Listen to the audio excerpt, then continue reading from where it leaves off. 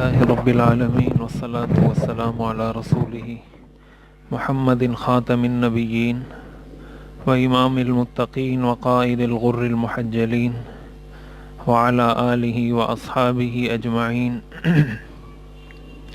اما بعد فاعوذ باللہ من الشیطان الرجیم بسم اللہ الرحمن الرحیم وما من دابۃ فی الارض الا علی اللہ رزقها وقال الله تعالى ولا تقتلوا أولادكم خشية إملاق نحن نرزقهم وإياكم وقال النبي صلى الله عليه وسلم تزوجوا الودود الولود فإني مكاثر بكم الأمم أو كما قال النبي صلى الله عليه وسلم۔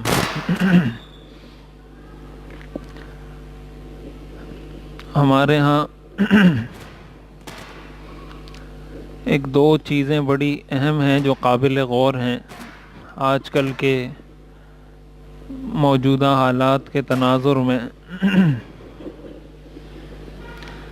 پہلی چیز یہ ہے، ہمارے چیف جسٹس صاحب نے یہ بیان دیا ہے کہ میں ایک مہم شروع کرنا چاہتا ہوں، اور وہ مہم ہے بچے دو ہی اچھے۔ اس پر باقاعدہ مہم شروع کرنے کا انہوں نے اعلان کیا ہے، اور ظاہر ہے جب بھی یہ مہم کوئی پہلی دفعہ شروع نہیں ہو رہی، کوئی دوسری دفعہ نہیں ہے، بہت پہلے سے یہ سارے سلسلے چل رہے ہیں، یہ کوششیں کی جا رہی ہیں، مختلف حکومتوں میں مختلف لوگ یہ کوششیں کرتے رہے ہیں، اور اس کے پیچھے فلسفہ یہ ہوتا ہے کہ ہم جب آبادی کنٹرول کریں گے، لوگ کم ہوں گے، بچے کم ہوں گے، تو ان کو سنبھالنا آسان ہوگا، ان کو تعلیم دینا آسان ہوگا، ان کے لیے وسائل اور اسباب مہیا کرنا آسان ہوگا، تو ہم بہت جلدی ترقی کر لیں گے۔ یہ ایک تصور ہوتا ہے، ایک فلسفہ ہوتا ہے جس کی بنیاد پر یہ بات کی جاتی ہے۔ اب اس چیز کو ایک مسلمان ہونے کی حیثیت سے سب سے پہلے تو ہم اسلام کی نظر میں دیکھتے ہیں کہ اسلام اس بارے میں کیا کہتا ہے، اسلامی تصورات اور اسلامی تعلیمات کیا ہیں۔ پھر دوسرے نمبر پر یہ جو فلسفہ پیش کیا جاتا ہے کہ اس سے ہمیں فوائد حاصل ہوں گے، یہ فلسفہ خود کتنا ٹھیک اور کتنا غلط ہے، اس کے فوائد کیا ہیں، اس کے نقصانات کیا ہیں، اور آج کی جدید ریسرچ اور تاریخ اور سروے، ان ساری چیزوں سے ہمیں کیا پتہ چلتا ہے۔ سب سے پہلی بات، عرب لوگ اپنے بچوں کو قتل کیا کرتے تھے، اسی طرح اپنی لڑکیوں کو زندہ درگور کیا کرتے تھے۔ ان کا یہی تصور تھا کہ بچے ہمارے زیادہ ہوں گے تو ہم غریب ہو جائیں گے، فقیر ہو جائیں گے، ہم ان کو کھلائیں گے کہاں سے، ان کی پرورش کہاں سے کریں گے، تربیت کہاں سے کریں گے۔ قرآن کریم نے دو مقامات پر بالکل واضح الفاظ میں اس سے مسلمانوں کو منع کیا ہے۔ ایک سورہ انعام کی آیت نمبر 51 ہے، اللہ تعالیٰ ارشاد فرماتے ہیں وَلَا تَقْتُلُوا أَوْلَادَكُم مِّنْ إِمْلَاقٍ، اپنی اولاد کو فقر اور غربت کے ڈر سے قتل مت کرو۔ نحن نرزقکم وإیاہم، ہم تمہیں بھی رزق دیتے ہیں اور انہیں بھی رزق دیتے ہیں۔ جس طرح تم اپنا رزق خود نہیں پیدا کر سکتے، تمہارے لیے رزق میں نے پیدا کیا ہے، اس لیے کہ تم میرے بندے ہو، تو جو تمہاری اولاد ہیں ان کے لیے بھی رزق تم پیدا نہیں کرتے، ان کے لیے بھی رزق میں ہی پیدا کرتا ہوں، اور اس لیے پیدا کرتا ہوں کہ جس طرح تم میرے بندے ہو اسی طرح وہ بھی میرے بندے ہیں۔ تم تو شاید یہ سمجھتے ہو اپنی قوت بازو سے یا اپنے علم و فن اور ہنر سے یا اپنی ڈگری سے کہ شاید یہ میرا رزق مجھے میری ڈگری کی وجہ سے مل رہا ہے، یہ رزق مجھے اس لیے مل رہا ہے کہ میں طاقتور ہوں، مجھے کام کرنا آتا ہے، میں کمپنی میں کام کر سکتا ہوں، میں کاروبار کر سکتا ہوں۔ تو اللہ تعالیٰ نے قرآن کریم میں جگہ جگہ یہ بات ارشاد فرمائی ہے کہ تم تو طاقتور ہو. یہ چیونٹیوں کو کون رزق دیتا ہے؟ جنگل کے درندوں کو، جنگل کے جانوروں کو، سمندر میں مچھلیوں کو. پتھر کے اندر جو کیڑا ہوتا ہے، جس کیڑے کو کوئی دیکھ بھی نہیں سکتا، اس پتھر کے اندر اس کیڑے کو رزق کون دیتا ہے؟ کیا وہ کیڑے یا وہ جو حشرات الارض ہیں یا وہ جو جانور ہیں، ان کے پاس کوئی ڈگری ہے؟ ان کے پاس کوئی فن ہے، کوئی ہنر ہے کمانے کا؟ تو اللہ جب ان کو رزق دیتا ہے، قرآن کریم میں اللہ نے ارشاد فرمایا وَمَا مِن دَابَّةٍ فِي الْأَرْضِ إِلَّا عَلَى اللَّهِ رِزْقُهَا. زمین پر چلنے والی جو بھی چیز ہے، چاہے وہ انسان ہو چاہے وہ جانور ہو، اللہ فرماتے ہیں عَلَى اللَّهِ رِزْقُهَا، اس کا رزق میں نے اپنے ذمے میں لے رکھا ہے. یہ اللہ تعالیٰ نے سارا جو نظام بنایا ہے، یہ بنایا اسی لیے کہ بارشیں ہوتی ہیں، سمندر کا نظام ہے، فصلیں ہیں، درخت ہیں، پھل ہیں، اس سے کھیتیاں اگتی ہیں، طرح طرح کے اناج ہمیں میسر آتے ہیں. یہ اللہ نے نظام بنایا ہی اپنے بندوں کے لیے، اپنی مخلوق کے لیے. تو اللہ فرماتے ہیں کہ رزق کا ذمہ میں نے لے لیا ہے. اگر رزق انسان کو اس کی عقل کی وجہ سے ملتا، اس کی ڈگری کی وجہ سے ملتا، اس کے ہنر اور تجربے کی وجہ سے ملتا، تو کوئی پڑھا لکھا آدمی آپ کو دنیا میں غریب نہیں ملتا.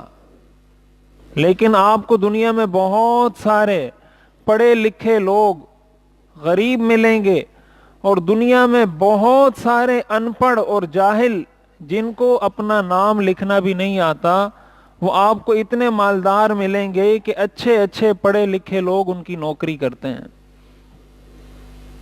تو اگر یہ رزق ہمیں ملنا تھا ڈگری کی وجہ سے، یہ رزق اگر ملنا تھا عقل کی وجہ سے، بہت سے بے وقوف لوگ آپ کو بہت مالدار ملیں گے، اور بہت زیادہ عقل مند لوگ آپ کو دیکھیں گے، وہ آپ کو اس بے وقوف آدمی کے مقابلے میں غریب اور فقیر نظر آئیں گے. اس سے کیا پتہ چلتا ہے؟ اللہ تعالیٰ ارشاد فرماتے ہیں نحن قسمنا بینہم معیشتہم، یہ معیشت لوگوں میں ہم نے تقسیم کی ہے. اگر تم یہ سمجھتے ہو کہ تم اپنے علم و فن اور اپنے ہنر کی وجہ سے رزق زیادہ حاصل کرو گے، تو پھر یہ اتنے سارے غریب ہنرمند لوگ آپ کو دنیا میں کیوں نظر آتے ہیں؟ ان کے پاس رزق کی کمی کیوں ہے؟ یہ اللہ کا نظام ہے. تو پہلی بنیادی بات تو یہ یاد رکھنی چاہیے کہ رزق کا تعلق اس بات سے نہیں ہے کہ آپ کے پاس تعلیم ہے یا نہیں، آپ کے پاس ہنر ہے یا نہیں، آپ عقل مند ہیں یا بے وقوف ہیں. بھائی جانوروں میں کون سی عقل ہوتی ہے؟ چینٹی میں کون سی عقل ہوتی ہے؟ مچھر میں کون سی عقل ہوتی ہے؟ مکھی میں کون سی عقل ہوتی ہے؟ تو کیا ان سب کو اللہ رزق دیتا ہے تو انسانوں کو رزق نہیں دے گا؟ تو یہ بات اسلامی نقطہ نظر سے بالکل ناقابل اعتبار ہے.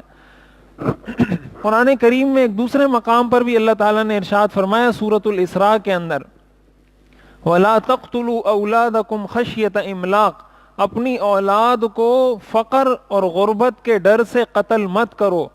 نَحْنُ نَرْزُقُهُمْ وَإِيَّاكُمْ، ان بچوں کو بھی ہم رزق دیتے ہیں، تمہیں بھی ہم رزق دیتے ہیں. اب یہ تو قرآن کریم نے بہت واضح الفاظ میں ذکر کر دیا. حدیث شریف کے اندر آتا ہے حضور علیہ الصلاۃ والسلام نے ارشاد فرمایا تزوجوا الولود تزوجوا الودود الولود فإنی مکاثر بکم الامم. یہ ابو داؤد شریف کی روایت ہے. حضور علیہ الصلاۃ والسلام نے ارشاد فرمایا ایسی عورتوں سے نکاح کرو جو زیادہ محبت کرنے والی ہوں اور زیادہ بچے جننے والی ہوں، اس لیے کہ قیامت کے دن میں اپنی امت کی کثرت پر باقی تمام انبیاء کے سامنے فخر کروں گا. میں سارے انبیاء کو کہوں گا کہ میری امت تم سب سے زیادہ ہے. تو امت سب سے زیادہ کب ہوگی؟ جب بچے دو ہی ہوں؟ ایسا نہیں ہو سکتا. جب بچے زیادہ ہوں گے تو حضور علیہ الصلاۃ والسلام فخر کر سکتے ہیں، اور اگر بچے کم ہوں گے، مسلمان اس دنیا میں کم ہوں گے، تو قیامت کے دن حضور علیہ الصلاۃ والسلام باقی انبیاء پر فخر نہیں کر سکیں گے. حضور علیہ الصلاۃ والسلام نے باقاعدہ اس کا حکم دیا ہے ایک حدیث میں حضور علیہ الصلاۃ والسلام نے ارشاد فرمایا خیر نسائکم الودود الولود، تمہاری عورتوں میں سب سے بہتر عورتیں وہ ہیں جو زیادہ محبت کرنے والی ہوں اور زیادہ بچے جننے والی ہوں۔ اب ایک طرف قرآنی تعلیمات ہیں، ایک طرف حضور علیہ الصلاۃ والسلام کی احادیث طیبہ ہیں۔ ان ساری چیزوں سے ہمیں یہ معلوم ہوتا ہے کہ شریعت کا مطالبہ، شریعت کا مزاج، شریعت ایک مسلمان سے جو چاہتی ہے وہ یہ کہ یہ امت زیادہ سے زیادہ ہو۔ قرآن کریم میں اللہ تعالیٰ نے جا بجا ہم پر اپنا یہ احسان ذکر کیا ہے، وَاذْكُرُوا إِذْ كُنْتُمْ قَلِيلًا فَكَثَّرَكُمْ، تم اس وقت کو یاد کرو جب تم دنیا میں بہت تھوڑے تھے، فَكَثَّرَكُمْ، پھر اللہ نے تمہیں بہت زیادہ کر دیا۔ ایک وقت تھا کہ دنیا میں مسلمان بہت کم تھے، غزوہ بدر میں 313 کل مسلمان تھے۔ پھر ایک موقع آیا حجۃ الوداع کے موقع پر 1.25 لاکھ صحابہ حضور کا خطبہ سننے کے لیے جمع ہوئے۔ اللہ تعالیٰ اپنا احسان جتلا رہے ہیں، اذ کنتم قلیلا فکثرکم، تم بہت تھوڑے تھے، میں نے تمہیں بہت زیادہ کثرت میں کر دیا۔ اب اللہ تعالیٰ تو ہم پر یہ احسان جتلا رہے ہیں کہ ایک مسلمان قوم کے لیے عزت کی بات یہ ہے کہ وہ زیادہ ہوں، تاکہ دنیا میں ان کا ایک رعب ہو، ان کا ایک دبدبہ ہو، لوگ ان سے ڈرتے ہوں۔ اور ظاہر ہے آج کی جدید دنیا میں جو ہیومن ریسورس ہیں، انسانی سرمایہ کہہ لیں یا انسانی وسیلہ کہہ لیں، انسان ایک بہت بڑا ذریعہ ہے کسی ملک کی ترقی کا۔ دنیا میں وہ قومیں ترقی کرتی ہیں، وہ ملک ترقی کرتے ہیں جہاں پر نوجوان زیادہ ہوں اور بوڑھے کم ہوں۔ یہ ایک فطری، ایک نیچرل فارمولہ ہے۔ جس قوم میں، جس ملک میں نوجوان جتنی کثرت میں ہوں گے اتنی وہ قوم زیادہ ترقی کرے گی۔ وجہ اس کی یہ ہے کہ نوجوان کام کرتے ہیں۔ اب جتنے کام کرنے والے افراد آپ کے پاس زیادہ ہوں گے اتنے آپ کے پاس ترقی کے مواقع زیادہ ہوں گے۔ اب یہ الگ بات ہے کہ وہ قوم اپنے ان وسائل سے، انسانی وسائل سے وہ قوم یا ملک فائدہ اٹھاتی ہے یا نہیں، یہ اس قوم پر ڈیپینڈ کرتا ہے۔ لیکن اگر وہ فائدہ اٹھائے تو وہ قوم بہت جلدی ترقی کر سکتی ہے۔ اس وقت آپ اگر جا کر سرچ کریں انٹرنیٹ پر، اس کے علاوہ جو سروے ہوئے ہیں، پاکستان دنیا کے ان ممالک میں بالکل ابتدائی نمبروں پر آتا ہے رینکنگ میں، جن میں نوجوان آبادی بہت زیادہ ہے بنسبت بچوں کے اور بنسبت بوڑھوں کے۔ یہ آج کی ریسرچ، آج کا سروے آپ کو یہ بتاتا ہے۔ آپ جا کے سرچ کریں کہ پاکستان میں نوجوانوں کی آبادی کتنی ہے، اور ابھی جو سروے آیا ہے اس میں بتایا گیا ہے کہ اس وقت پاکستان میں نوجوان اپنی پوری تاریخ میں سب سے زیادہ نوجوان اس وقت موجود ہیں پاکستان میں۔ یعنی جب سے پاکستان بنا ہے اب تک جتنے نوجوان پاکستان میں ایک عرصے میں رہے ہیں، اس وقت موجودہ عرصے میں سب سے زیادہ نوجوان پاکستان میں اب موجود ہیں۔ اب ظاہر ہے نوجوان کب فراہم ہوتے ہیں کسی معاشرے کو؟ جب آپ بچوں کو بند کر دیں گے، جب آپ منصوبہ بندی کا نعرہ لگائیں گے۔ جب یہ نعرہ لگایا جائے گا تو ظاہر ہے آپ کے ملک کو، آپ کی قوم کو نوجوان نہیں ملیں گے۔ اور وہ نوجوان اس لیے نہیں مل سکتے کہ دیکھیں دنیا میں بہت سارے حادثات ہوتے ہیں، بہت سارے مسائل ہوتے ہیں، بہت سارے لوگ دنیا سے چلے جاتے ہیں، اور ایسے لوگ آپ کو دنیا میں ملیں گے جنہوں نے اس فلسفے پر عمل کیا کہ بھئی بچے دو ہی اچھے۔ اب انہوں نے تو اس پر اکتفا کر لیا کہ بس ایک بیٹا ایک بیٹی ہے، یا بس 2 بیٹے ہیں یا 2 بیٹیاں بس کافی ہے۔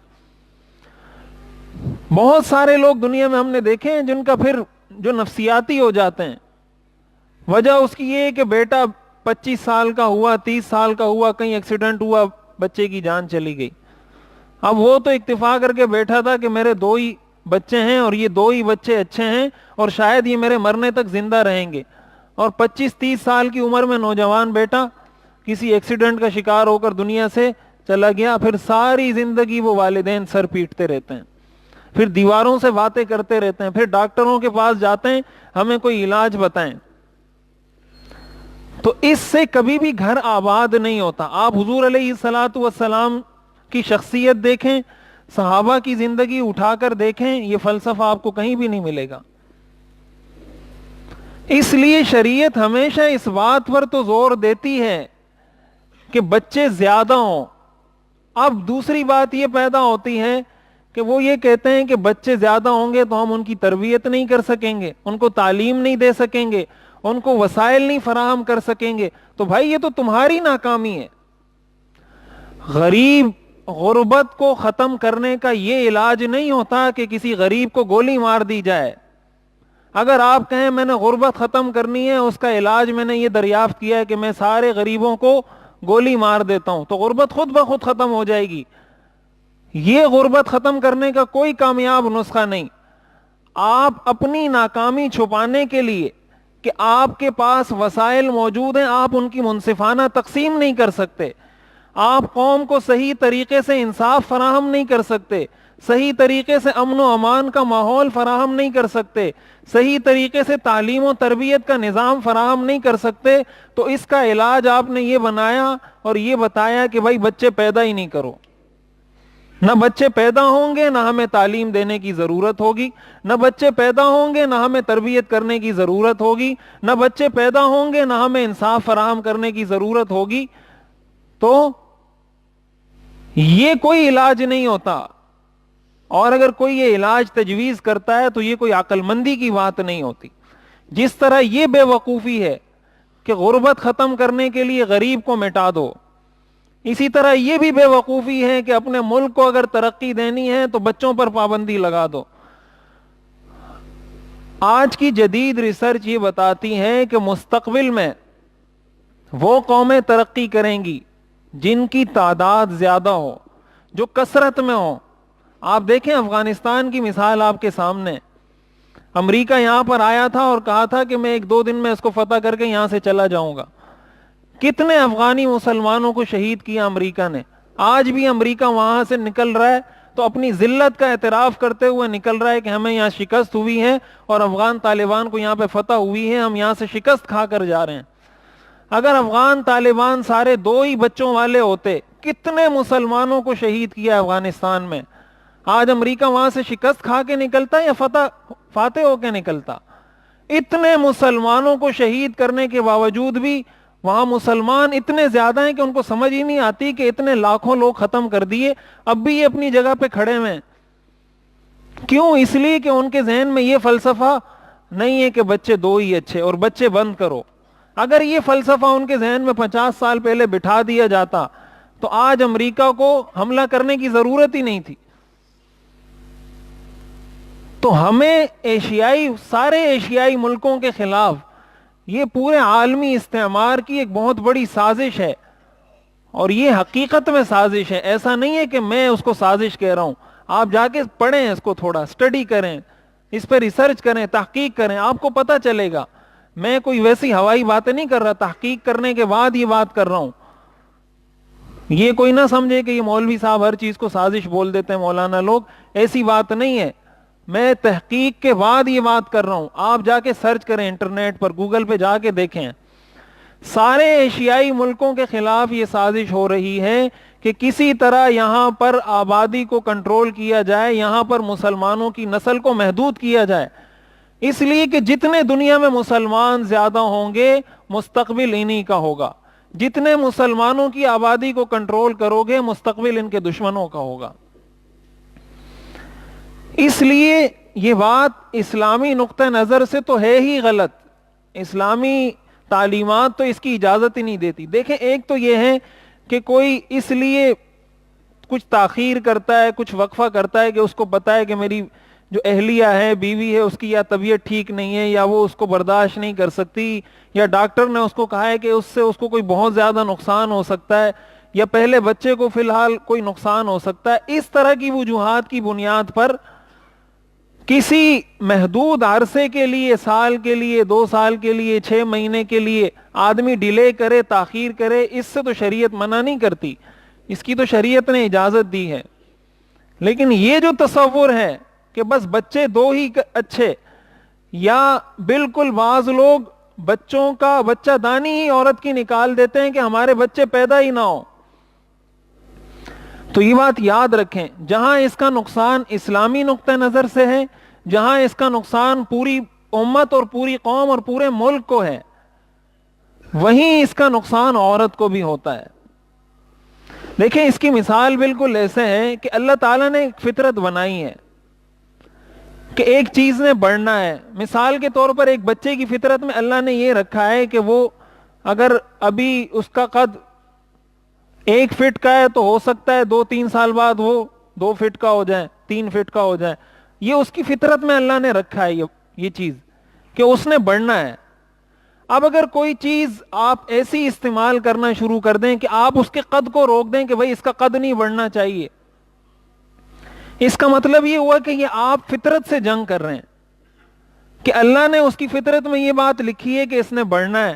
یا آپ کوئی پودا لے لیں، آپ نے پودا لگایا، اس کی فطرت میں اللہ نے رکھا ہے کہ اب اس نے بڑھنا ہے. آج اگر وہ اتنا ہے تو سال بعد وہ تناور درخت بن جائے گا، لیکن آپ اس کو وہیں پر کوشش کر کے وہیں روک دیتے ہیں. آپ نے لکڑی کھڑی کر دی کہ بھئی اس کو اوپر نہیں جانے دینا ہے. تو نتیجہ کیا ہوگا؟ نتیجہ یہ ہوگا کہ جو فطری نشو نما ہے وہ تو ہوگی. آپ یہ نظام انسانوں پر نافذ کر سکتے ہیں نا، اللہ پہ تو نافذ نہیں کر سکتے. یہ بچے دو ہی اچھے کا سسٹم آپ انسانوں پہ نافذ کریں گے کہ تم نے بچے پیدا نہیں کرنے. اللہ نے عورت کی فطرت میں جو چیز بنا دی ہے کہ اللہ نے عورت کو بنایا ہی اس لیے ہے کہ اس کے ذریعے اللہ تعالیٰ دنیا میں انسانی نسل میں اضافہ کرے. اس کے جسم میں تو وہ سارے جو بھی چیزیں ہیں وہ پیدا ہو رہی ہیں، جس سے اولاد نے پیدا ہونا ہے وہ ساری چیزیں اس کے جسم میں پیدا ہو رہی ہیں. آپ ان چیزوں کو وہیں پر دبا کر مار رہے ہیں گولیوں کے ذریعے یا کسی ڈیوائس کے ذریعے یا کسی بھی ذریعے سے. اب آپ وقتی طور پر اپنے اس مقصد میں تو کامیاب ہو گئے، لیکن اس کی وجہ سے عورت کی صحت پر جو اثر پڑے گا، یہ آج کے ڈاکٹر یہ بات کہتے ہیں کہ عورتوں کا جو وزن بڑھتا ہے، عورتوں میں جو کینسر کے امراض پیدا ہو رہے ہیں، عورتوں میں جو بلڈ پریشر پیدا ہو رہا ہے، اس کے علاوہ جو عجیب و غریب جو نالیوں میں خون کی نالیوں میں خون جم جاتا ہے جس کی وجہ سے ہارٹ اٹیک ہوتا ہے، یہ ساری جو بیماریاں بنتی ہیں یہ اس وجہ سے بنتی ہیں کہ عورتیں مانع حمل دوائیاں کھاتی ہیں. ان دوائیوں کے کھانے کی وجہ سے حمل تو رک جاتا ہے، لیکن اللہ نے جو نظام بنایا وہ تو اپنی جگہ چل رہا تھا. اس کو آگے یوٹیلائز کرنے کے لیے، استعمال کرنے کے لیے جو اللہ نے طریقہ بنایا تھا اس کو آپ نے بند کر دیا. اب جب بند کیا وہ طریقہ تو اپنی مرضی کے مطابق چل رہا ہے. اب نتیجہ یہ ہوتا ہے کہ پھر وہ جسم کے اندر توڑ پھوڑ شروع کر دیتا ہے. اب اس توڑ پھوڑ کی وجہ سے عورت کی صحت انتہائی متاثر ہوتی ہے اور پھر طرح طرح کی بیماریاں ہوتی ہیں. ایک زمانے میں یہ رواج چلا تھا کہ عورتیں اپنے بچوں کو دودھ نہیں پلاتی تھیں. پھر بعد میں جدید اور شریعت ہمیشہ یہ کہتی آئی ہے کہ بھائی عورت اپنے بچے کو دودھ پلائے، اس لیے کہ اللہ نے ایک نظام بنایا کہ بچہ پیدا ہوا اللہ تعالیٰ ماں کے سینے میں خود دودھ پیدا کر دیتا ہے، ایک فطری نظام ہے. لیکن عورتیں کہتی تھی نہیں. بعد میں جب پتہ چلا کہ سینے کا کینسر ہوتا ہے اس وجہ سے ہے کہ جو عورتیں اپنے بچوں کو دودھ نہیں پلاتی ان کو سینے کا کینسر ہو جاتا ہے، تب جا کے عورتوں نے پھر دودھ پلانا شروع کیا. تو بھائی فطرت سے جنگ کی جائے، اللہ کے بنائے ہوئے ایک سسٹم سے، نظام سے جنگ کی جائے، پھر وہ انسان یہ سمجھے کہ میں صحت مند رہوں گا، میں ترقی کروں گا، ایسا ہو نہیں سکتا. تو خلاصہ کلام یہ ہے کہ یہ جو ہمارے ہاں فلسفہ پیش کیا جاتا ہے کہ بچے بند کر دیں، خاندانی منصوبہ بندی کریں، بھائی آپ بچوں کی تعلیم کے لیے انتظام کریں، ان کی تربیت کے لیے انتظام کریں، ان کے لیے اچھے وسائل فراہم کریں. اس کا نقصان انسانی صحت پر بھی ہے. جب انسانی صحت پر اس کا نقصان ہوگا تو بیمار لوگوں کا معاشرہ ترقی نہیں کرتا. جس معاشرے میں بیمار لوگ زیادہ ہوں وہ معاشرہ ترقی نہیں کرتا. اور آپ اس طریقے کے ذریعے معاشرے میں بیماری کو فروغ دے رہے ہیں. ایک طرف تو پولیو پلا پلا کے لوگوں کو ادھموا کر دیا ہمارے لوگوں نے. ایئرپورٹ پہ بھی جائیں گے تو وہ بڑوں کے منہ میں بھی پولیو، بچوں کے منہ میں بھی پولیو، کہ کسی کو پولیو نہیں ہو جائے. تو بھائی اس بیماری سے بچنے کی اتنی فکر ہے. یہ جو عورتوں کو کینسر ہو رہا ہے اس کی فکر کسی کو نہیں ہے. یہ جو عورتوں کے اندر اتنے امراض اس وجہ سے پیدا ہو رہے ہیں، اس کی فکر کسی کو نہیں ہے. تو کیا وجہ ہے آخر، کیا مسئلہ ہے؟ اس سے پتہ چلتا ہے کہ یہ دال میں کچھ کالا کالا ہے. یہ ہمارے لوگوں کو سمجھ نہیں آتی. یہ صرف اس چیز کو دیکھتے ہیں کہ ہم نے انگریزوں کے پیچھے چلنا ہے. انگریز وہاں پر اس بات پر انعام دیتے ہیں، جو جتنے زیادہ بچے پیدا کرے گا اس کو حکومت کی طرف سے اتنا زیادہ انعام دیا جائے گا. اور کیوں؟ اس لیے کہ انہوں نے سسٹم بنایا ہوا ہے. وہاں بچوں کی تعلیم فری ہوتی ہے، بچوں کا میڈیکل فری ہوتا ہے، ساری سہولیات بچوں کے لیے فری ہیں. وہ کہتے ہیں بھائی آپ بچے پیدا کریں، ہمارے ملک اور قوم کا سرمایہ، ان کی تعلیم و تربیت ہم کریں گے. ہمارے ہاں سسٹم الٹا ہے کہ بھائی بچے پیدا نہیں کرو اس لیے کہ ہم ان کی تعلیم و تربیت اور سہولیات نہیں دے سکتے، اس لیے بچے ہی پیدا نہیں کرو. اپنی نااہلی چھپانے کے لیے مسلط کرتے ہیں عوام الناس پر. اور ہماری عوام بھی بڑے خوشنما نعرے سن کے خوش ہو جاتی ہے کہ شاید میرے 2 بچے ہوں گے تو میرا رزق زیادہ ہو جائے گا، اور بچے زیادہ ہوں گے تو رزق کم ہو جائے گا، جسے یہ رزق یہ اپنے بچوں کو کھلاتا ہے. حدیث شریف میں آتا ہے انما تنصرون وترزقون بضعفائکم، کہ تمہیں اللہ جو رزق دیتا ہے یہ تمہارے کمزور لوگوں کی وجہ سے دیتا ہے. اگر گھر میں بچے ہیں ان بچوں کی وجہ سے اللہ بڑوں کو رزق دیتا ہے. اگر گھر میں کوئی معذور ہے اس معذور کی وجہ سے اللہ صحت مند لوگوں کو رزق دیتا ہے. اللہ کا قانون یہ ہے. اور ہم یہ کہتے ہیں کہ نہیں بچہ تو کوئی ہونا ہی نہیں چاہیے، سارے بڑے ہوں گے، سارے خود کمائیں گے کھائیں گے. جیسے جتنے بڑے ہیں وہ سارے کما بھی رہے ہیں اور کھا بھی رہے ہیں. کوئی آپ کو سارے جتنے نوجوان ہیں یا جتنے بالغ ہیں ان میں آپ کو نہ کوئی غریب ملے گا نہ آپ کو کوئی کمزور ملے گا، سارے کما رہے ہیں. ظاہر ہے ایسا نہیں ہے. جب ایسا نہیں ہے تو اس کا نقصان انسانی صحت پر بھی ہے، اس کا نقصان انسانی معاشرے پر بھی ہے، اس کا نقصان ملک کو بھی ہے، قوم کو بھی ہے، امت مسلمہ کو بھی ہے. اور اسلامی نقطہ نظر سے ایسا کرنا جائز بھی نہیں ہے. اس لیے اس بات کو اچھے طریقے سے یاد رکھنا چاہیے کہ یہ نہ شرعاً ٹھیک ہے، نہ طبی اور میڈیکل کے لحاظ سے ٹھیک ہے، نہ آئندہ کی تاریخ کے لیے مسلمانوں کی ایک قوم اور امت کے لیے کوئی اچھی بات ہے. ہر طرح سے ہی مسلمانوں کے لیے اس میں نقصان ہی نقصان ہے. اس لیے اس کو اچھے طریقے سے سمجھنا چاہیے. اور یہ جو وقتاً فوقتاً یہ مہمات اور یہ چیزیں چلائی جاتی ہیں ان سے اپنے آپ کو بچانا چاہیے. اللہ تعالی ہمیں سمجھنے اور عمل کرنے کی توفیق عطا فرمائے. وآخر دعوانا ان الحمد للہ رب